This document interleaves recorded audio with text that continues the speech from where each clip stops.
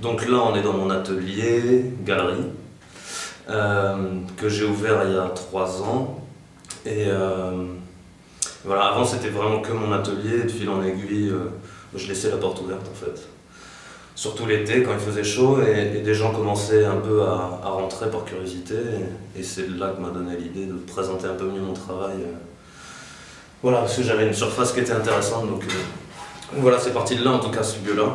Après moi la peinture ça fait depuis 2002 que j'ai commencé à peindre dans la rue, tout d'abord.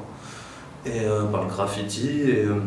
Et voilà, et de fil en aiguille après j'ai eu une production plus conséquente en atelier et maintenant quasiment exclusivement en atelier. Ça m'arrive de faire quelques trucs dans la rue mais c'est assez rare. Ou alors d'une manière officielle, ouais. Sur une demande. Exactement. Tu as fait des études spécifiques dans l'art ou... J'ai une formation comme graphique, donc ça c'est mon premier métier, enfin je suis graphiste. Et après 2 ans et demi à l'école d'art du Havre. Et voilà, mais tout en continuant enfin, à faire de la peinture de mon côté. Après l'école m'a pas forcément... Enfin, je me suis fait un peu tout seul quoi. Voilà. Par finalement l'école dehors, à passer nos week-ends à peindre dans des hangars, enfin là où il y avait la possibilité de peindre quoi, dans la rue. D'accord. Voilà. Et ça fait quoi de passer au graphe dans la rue et être dans un atelier comme ça où... Moi, ce que ça m'a apporté, je pense, c'est l'énergie que je mets maintenant dans les peintures que je fais. Effectivement, je pense que ça se ressent toujours cet esprit d'urgence, parce que effectivement, dans la rue, là ici je suis au calme, je peux mettre 3 jours à faire une peinture. Dans la rue, c'est des fois 10 minutes, 1 heure, souvent 3 minutes. La nuit, souvent, non? Ouais, pas forcément des fois, c'est quand t'es le plus visible que c'est le moins... tu te fais moins attraper. Mais oui, voilà, il y a une certaine urgence voilà, que j'ai acquis dans la rue et maintenant je pense que ça se ressent dans ce que je fais quoi. Et voilà, ma peinture elle est, je fonctionne vachement à l'instinct, au moment présent et donc voilà, ça se décide un peu sur le moment et comme dans le graffiti quoi. Quand je sortais dehors, c'est un emplacement, un truc qui va déclencher une idée et puis après il faut la réaliser très rapidement et donc je suis toujours un peu dans cette dynamique là. Du coup je vais le savoir maintenant, ce super-héros là sur Niemeyer, c'était officiel? C'était une demande ou c'était toi Moi c'est comme ça que je t'ai connu moi. Ok. Niemeyer, oui c'est un peu toute une histoire mais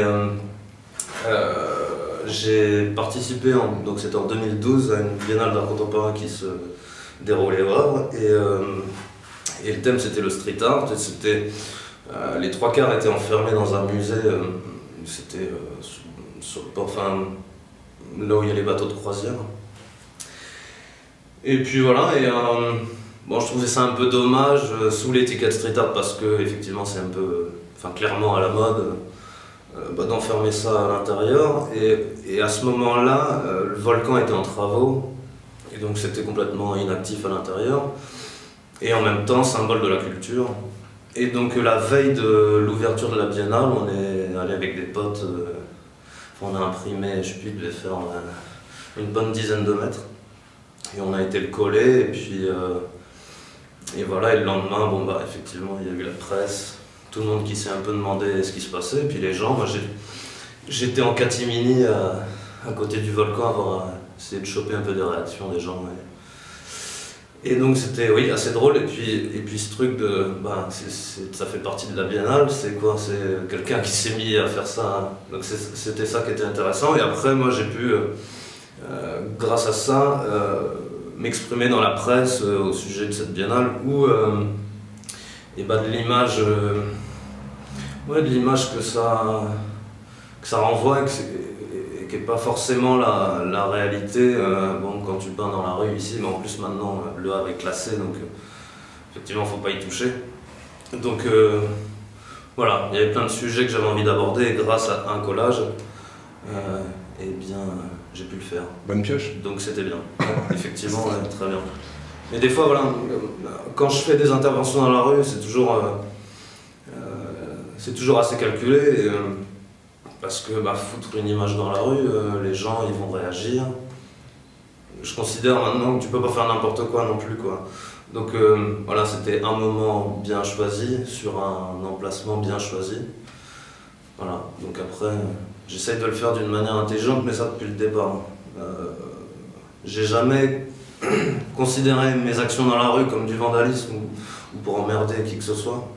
J'ai toujours essayé de le faire d'une manière intelligente sur des espaces qui étaient ou bien qu'elle être démolis ou autre. Donc voilà, puis pour aussi faire réagir les gens ou alors mettre un peu de poésie dans la rue. Mais là on a réagi parce qu'il était plus là le truc en fait. Ouais, il y a plein de gamins qui m'en parlent même maintenant, qui ont vu ça quand ils étaient petits, ça les a marqués. Il a un nom ce personnage ou... C'est Super Mascarade. C'est voilà, Super Mascarade. simplement. Et il revient sur des trucs où c'est fini? Pas vraiment. Pas vraiment. Après, non, c'était plus un... moi je trouve qu'il est vraiment adapté à la rue et j'ai déjà essayé de le faire parce qu'on m'avait commandé des trucs. Mais en fait ça fonctionne pas. Moi je trouve qu'il est bien sur les murs et il voyage. Et on peut le définir comment ton univers alors? Je sais pas si c'est toi qui peux le mieux en parler ou...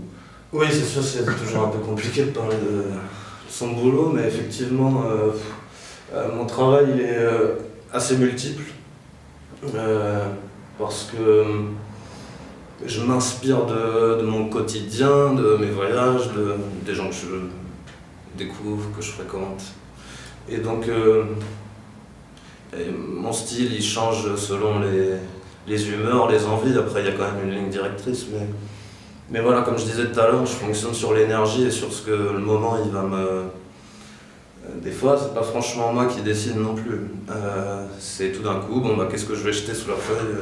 Des fois rien, ou des fois il y a peut-être mais t'as des couleurs qui part à la poubelle, mais... T'as des couleurs, tu me disais que t'avais des couleurs à toi. Après, c'est des couleurs à moi et pas à moi, mais c'est les couleurs primaires en fait. J'utilise le cyan, le magenta et le jaune.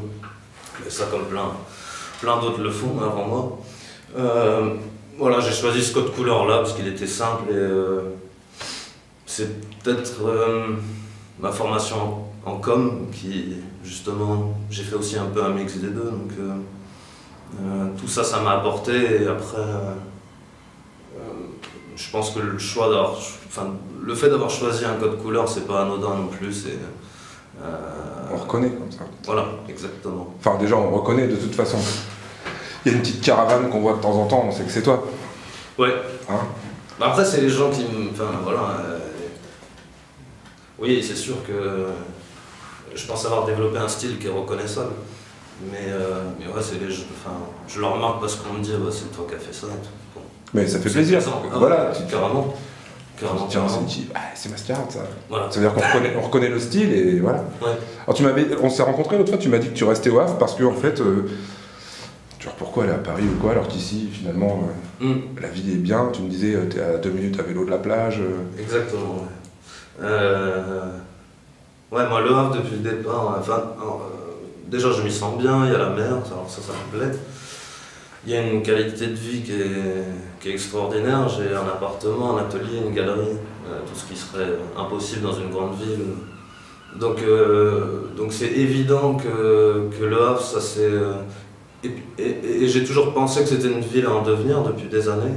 Puis là effectivement avec les 500 ans, tous les événements qu'on puisse passer ici, je le vois bien, la fréquentation d'ici c'est des Havrais mais aussi des Parisiens, des Lillois, des Lyonnais.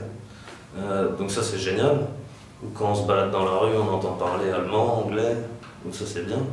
Et puis non, on est à 2 heures de Paris, encore un autre avantage, on prend le train, 2 heures après on est à Paris. Plein d'avantages à vivre dans cette ville-là. Effectivement, j'aurais été me centraliser à Paris. Je suis pas sûr que j'en serais là. J'aurais été certainement barman et peintre 2 heures par semaine. On entend souvent peintre parisien, photographe parisien. Dès qu'il y a parisien derrière, c'est comme s'il y avait qualité. Alors que c'est... Oui, c'est totalement... Il y a des peintres certainement, enfin oui, il y en a mais comme partout en fait, hein, c'est pas parce que t'es parisien que tu fais des trucs. Que tu es réalité. Voilà, ça se saurait. C'est sûr. Ouais. Monter à Paris. Les gens ici, enfin il y a des. Enfin, justement en plus, je sais pas si c'est partout comme ça, mais il y a quand même beaucoup de choses qui se passent et il y a beaucoup de talent ici quoi. Là on est dans un groupe, ça s'appelle l'association Les Amarres. Et c'est un collectif d'artistes qui s'est monté il y a 3 ans, je crois. Et effectivement, donc on collabore, on fait des projets ensemble. Et rien qu'on voit, on doit être une petite trentaine. C'est que des super types qui font des trucs extraordinaires. Donc voilà, il n'y a pas besoin d'aller à Paris. Non, il se passe plein de choses. Voilà, il se passe déjà plein de choses ici. Mais nous, on n'arrive pas à tout couvrir. Tellement il y a de choses. Voilà. On entend le premier numéro du magazine. Les gens disaient, enfin, on avait mis un truc genre tout se passe à Paris. Non, ici, il y a des soirs, il y a trop de concerts, il y a trop de spectacles, il y a trop de choses, on ne peut pas tout couvrir. Ouais, il y a un vrai bouillonnement. Et autour aussi, dans toute l'agglo, quoi, c'est pas spécifique. Ouais. Est-ce que on t'est contacté par des écoles, des choses comme ça, pour venir intervenir ou... Ouais. J'interviens régulièrement mais finalement de la maternelle, parce que la dernière expérience que j'ai eue c'était donc dans une maternelle qui s'appelle Vivaldi, et je travaillais avec les 3 sections, et c'était passionnant, vraiment passionnant. J'avais un peu peur au départ que mon discours soit peut-être pas très adapté pour un si jeune public, et finalement ils ont été hyper étonnants et hyper créatifs, et avec des idées neuves, et c'est ça qui était extraordinaire, et que les gamins en règle générale, ils ont vraiment une spontanéité et un regard incroyable sur les choses. Ils n'ont pas les préjugés des adultes. Exactement. Et donc c'est pour ça que pour moi finalement, j'en tire beaucoup de choses de ces ateliers-là et des moments passés avec eux, parce que ça me permet aussi, ils m'apprennent à regarder différemment. Bon, merci. Merci à toi. Ça a été? Très bien. Ça va.